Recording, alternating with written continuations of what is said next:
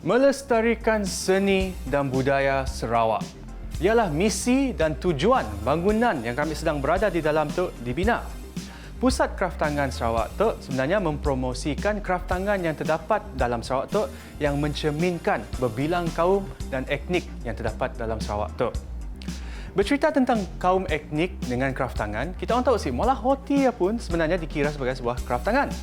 Dan kita orang pernah menceri roti kompiang. Biasa orang sekarang tu gelar roti kompia lah. Roti kompia tu berasal daripada Fujian, China dan ia boleh tersebar ke tanah air Sarawak tu dan masuk ke bandar-bandar seperti Siti Awan, Sibu dan Sarike. Ialah hint sikit untuk apa yang kita ada untuk kita orang dalam rancangan kita hari itu. Rancangan apa? Rancangan Keringat Usahawan.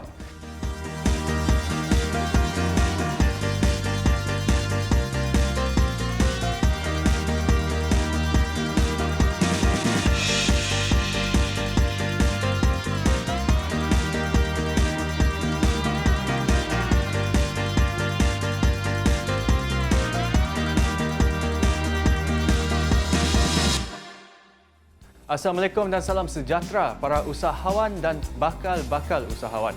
Kita orang bersama kami, hos kita Adam Yusof. Di sini kita sama-sama akan menerokai dunia perniagaan tu dan kita akan fahami sikit apakah nilai-nilai dan ciri yang diperlukan oleh seorang usahawan untuk terus majukan perniagaannya. Segmen pertama kita, Nang Nyaman.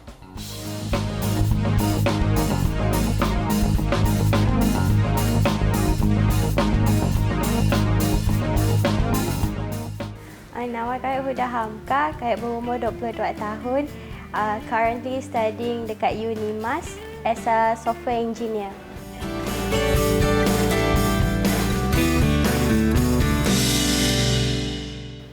Saya dah plan pun mau berjual kompia tu. Mula-mula bapa kami suruh kami cuba pola kompia dekat rumah untuk makan petang aja. Bila kami cuba untuk masaknya, ini turns out sangat sedap. Pasal family mate semua suka. Pasal kami cuba approach awang kami. Pasal kami cuba untuk merasa kompia kami. Pasal rasa kita, kompia tu dapat jadi as a business opportunity. At first, kompia tu sebenarnya bukan saya ada intention mau jual pun sebenarnya, tapi sebab bila partner kami tu minat bakingnya, ada passion dalam bakery bah.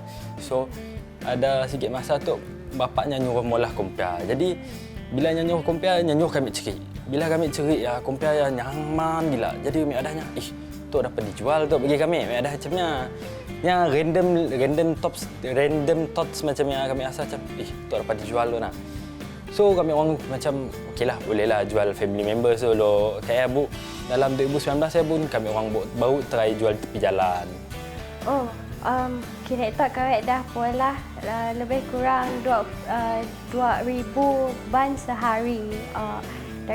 Berbanding daripada kayak mula dulu mungkin sehari kami ambil masa untuk polanya dalam 50 biji je sehari.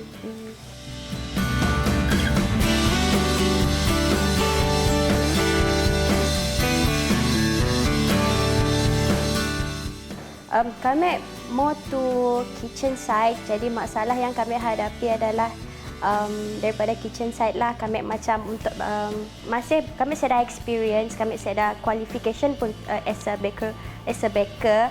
Jadi semua yang kami macam trial and error. Kami macam kami tahu berapa the right temperature untuk masak roti. Jadi roti kami macam selalu hangus ke apa. And then but it's okay.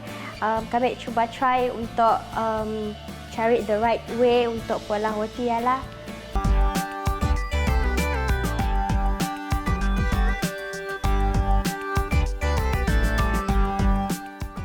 Memang time management memang sangat susah, tapi kami rasa yang kayak pun tim yang inspire kami untuk jadi macam untuk kami stop berjual sebab kami tengok daknya pun passion sangatlah membara.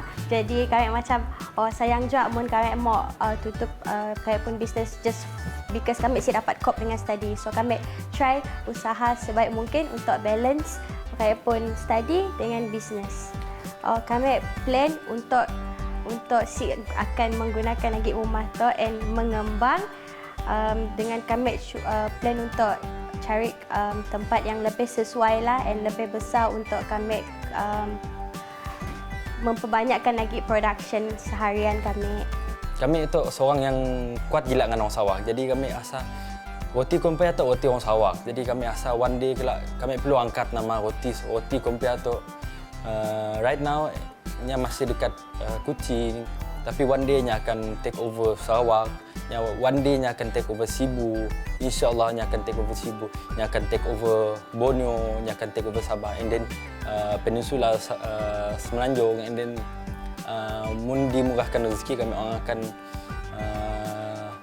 expandnya sampai ke worldwide lah, ke antarabangsa.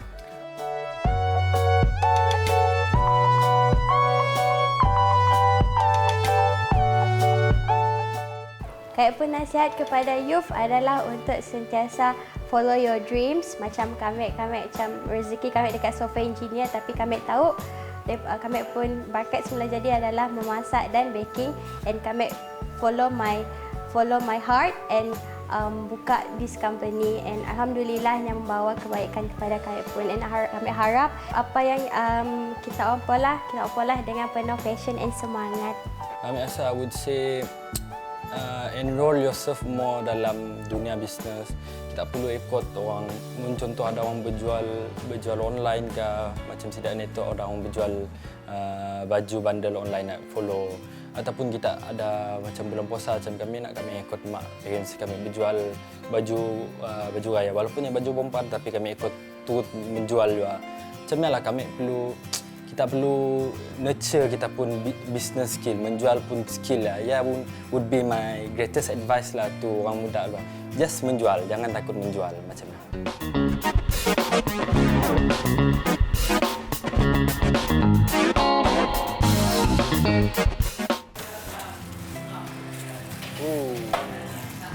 Itok lahnya. Apa dek? Kompea butter. Kompea butter, best seller nak? Best seller. Enggak tu. Oh, acak upah. Mai rasa? Boleh. Macam ni rasa?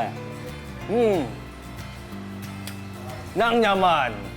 Awang, Huda, kami umadah, nang nyaman kompia kita tu. Jadi, itulah cara kami mau tunjuk penghargaan kami orang. Terima kasih. Sama-sama.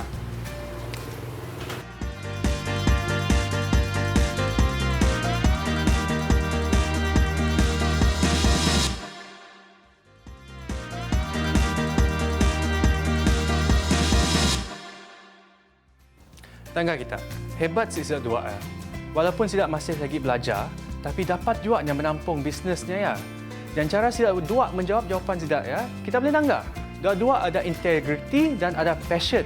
Dan cara si Awang ya memahami pekerjaannya, kita dah tahu. Dia bukan seorang bos, tetapi seorang leader.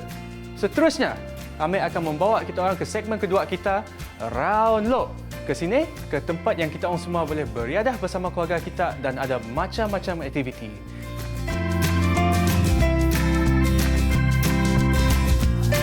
Kami Mizi bin Walid, nama panggilan yang digelar Mizi.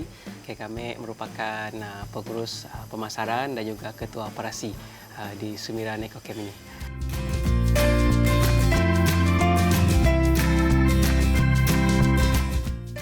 Asalnya sebelum bekerja di sini kami bekerja di agensi yang diradah kebangsaan Kuching yang mana bekerja di CCSC membantu syarikat tersebut melakukan program kepada kaki tangan ataupun kepada peserta-peserta yang menghadapi masalah diradah.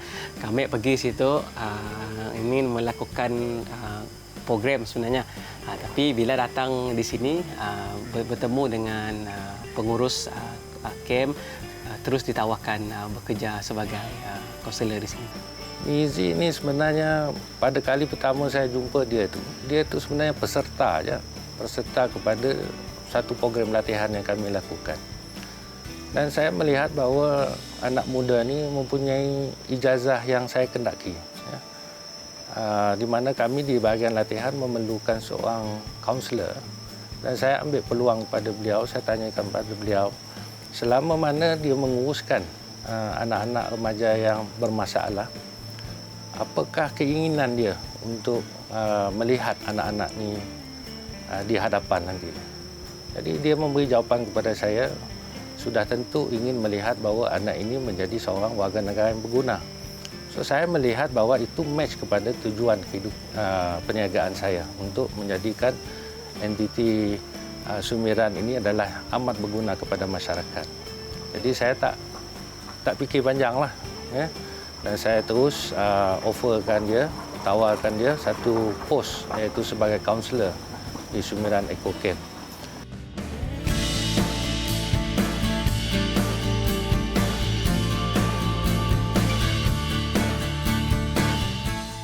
Banyak Dam, antaranya sepanjang kami membina karier di Sumiran Eco Camp ini, pada mulanya yang menjadi masalah kami pernah diketawakan oleh rakan-rakan bahawa si pandai berbahasa Inggeris, memiliki degree dalam kaunseling. Kami belajar di UNIMAS selama 4 tahun.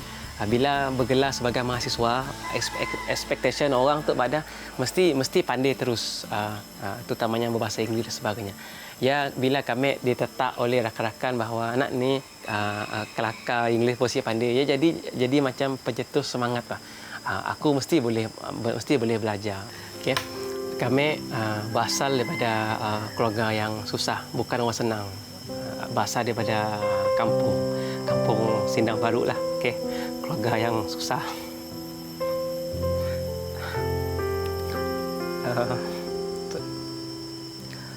Kami semua melihat keluarga yang menghadapi masalah kewangan sebagai anak tua.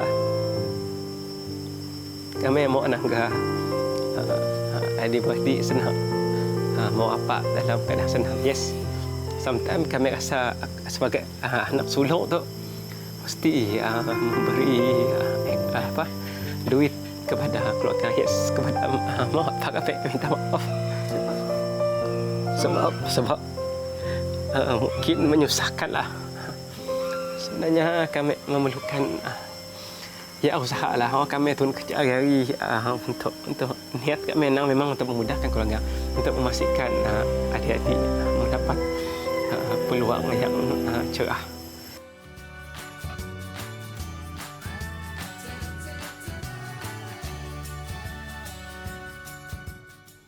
Okay, InsyaAllah kami melihat koperasi Sumiran ini akan dapat mengembangkan perniagaan ke Sarawak, ke Sabah serta Semenanjung Malaysia, terutama dalam bidang perniagaan. Okay, yang kedua, kami dapat melihat Sumiran Eco Camp ini salah satu cawangannya dapat menjadi sebuah institusi latihan yang profesional, dapat memberi kepada yang datang nak melakukan latihan sebagai tempat untuk mendapatkan semula semangat dan juga memastikan produktiviti kaki tangan sentiasa improve, meningkat. Itu yang kami melihatlah. Memang dapat pergi jauh.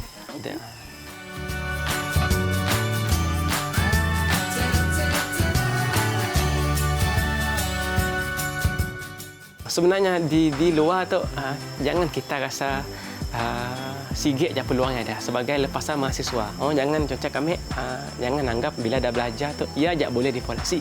Explore diri, cabar diri. Pergilah, menjelajahlah, menggemarahlah, cari peluang-peluang yang ada. Memang ada di luar. Okey, latih di semai sikap yang dalam diri.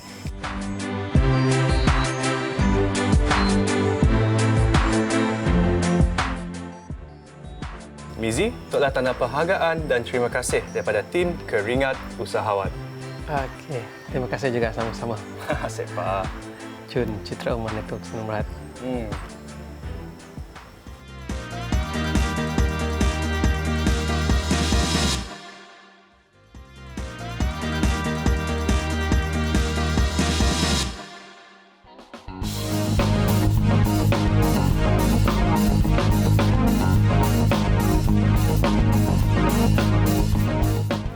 Perjalanan kami dalam company tu nak dikatakannya since starting company si juga.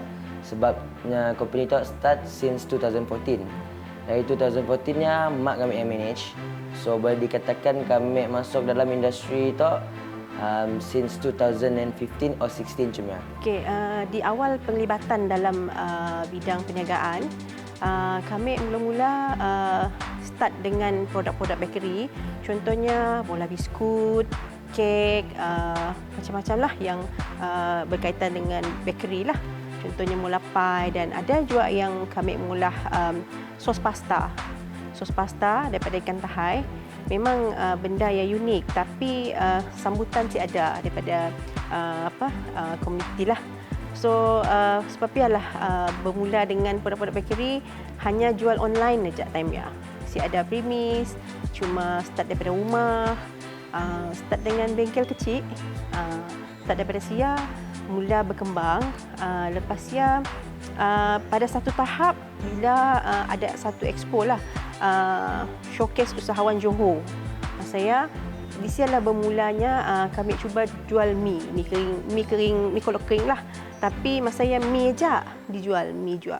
Lepas ya bila masa berjual, time-nya 2016.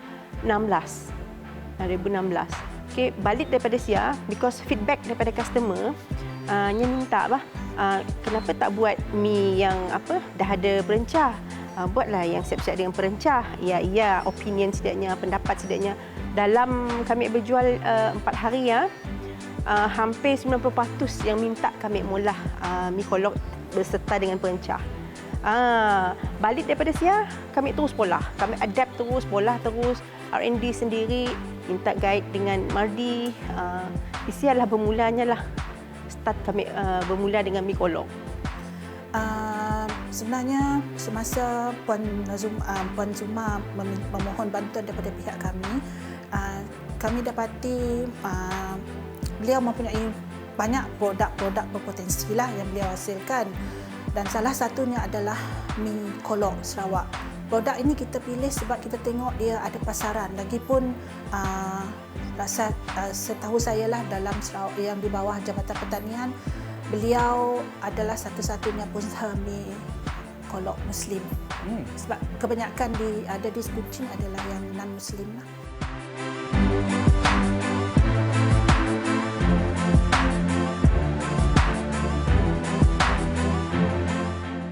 Okey, struggle dalam company tu ada beberapa waktu nya turun dan jatuh. And then orang cakap that time orang cakap adalah certain parti-parti kat luar orang-orang kat luar yang macam dub this product. And then sikit and then they try to copy our product. Okay. Memang lepas kita berjuang lah hampir 5 tahun dalam perniagaan, struggle daripada ada produk yang boleh konsisten memberi jana pendapatan sehinggalah ada killer produk. Jadi memang kami harapan tinggilah untuk menyerahkan bisnes tu kepada anak, especially Ashraf, sebab pertamanya nak sulung. Dan walaupun baru berumur 20 tahun, tapi di awal perniagaan kami 2-3 tahun lepas kami dah dedahkannya dengan cara mbaknya pergi expo, mbaknya pergi molah marketing, berjumpa dengan orang, even pitching dengan investor pun kami pernah juga suruhnya. Masanya kami di Maha di KL ada event Maha dan Sidak Mara call untuk mula pitching produk. So kami callnya Ashraf, tolong pergi pitching. Nya yang paling muda time umurnya 16 tahun. Nya disuruh pitching di depan investor daripada Brunei. So nya buat even though kami just beri guideline apa semua yang background tentang produknya tahu, cuma just bahagian productionnya a bit slow lah sebabnya lebih kepada marketing. So harapan kami tinggi untuk menyerahkannya lah. Biasalah yang berumur 20 tahun tu susah kita nak bentuk sebenarnya. Memang kita sebagai mak bapak kena kuat, kena tabah mendidik setidaknya agarnya dapat menyambung perniagaan tu, sebab harapan kami perniagaan tu adalah perniagaan legacy lah, untuk legacy kami yang akan kami tinggalkan kelak lah.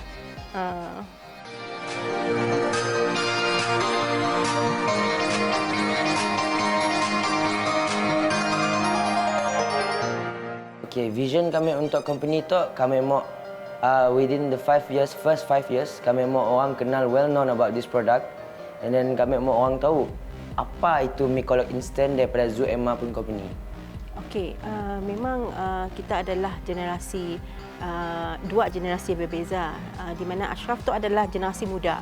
So jadi dalam marketing planning kami orang, memang kami terapkan macam online marketing, digital marketing, memang diterapkan kepada Nya lah, dan Nya pun akan step by step lah Nya belajar sikit-sikit. Memang kita tidak dapat push sekaligus, tapi sikit-sikit kita orang lama-lama jadi bukit. So mesti adapt lah budaya dengannya. Harapan kita memang berharap sangatlah pada Puan Normawati untuk meneruskan lagi usaha ni sehingga produk ni berjaya hingga ke pasaran antarabangsa lah.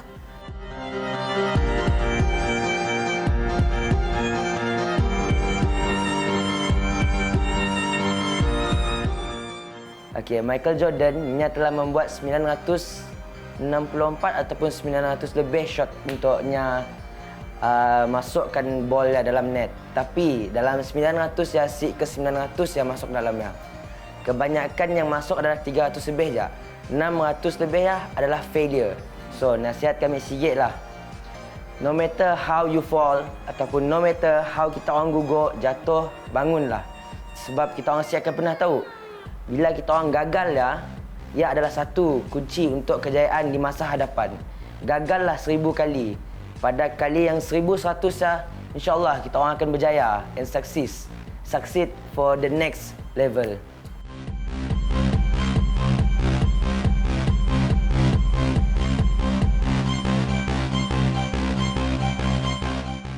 Itulah tanda penghargaan dan terima kasih daripada tim Keringat Usahawan. Terima kasih tim Keringat Usahawan.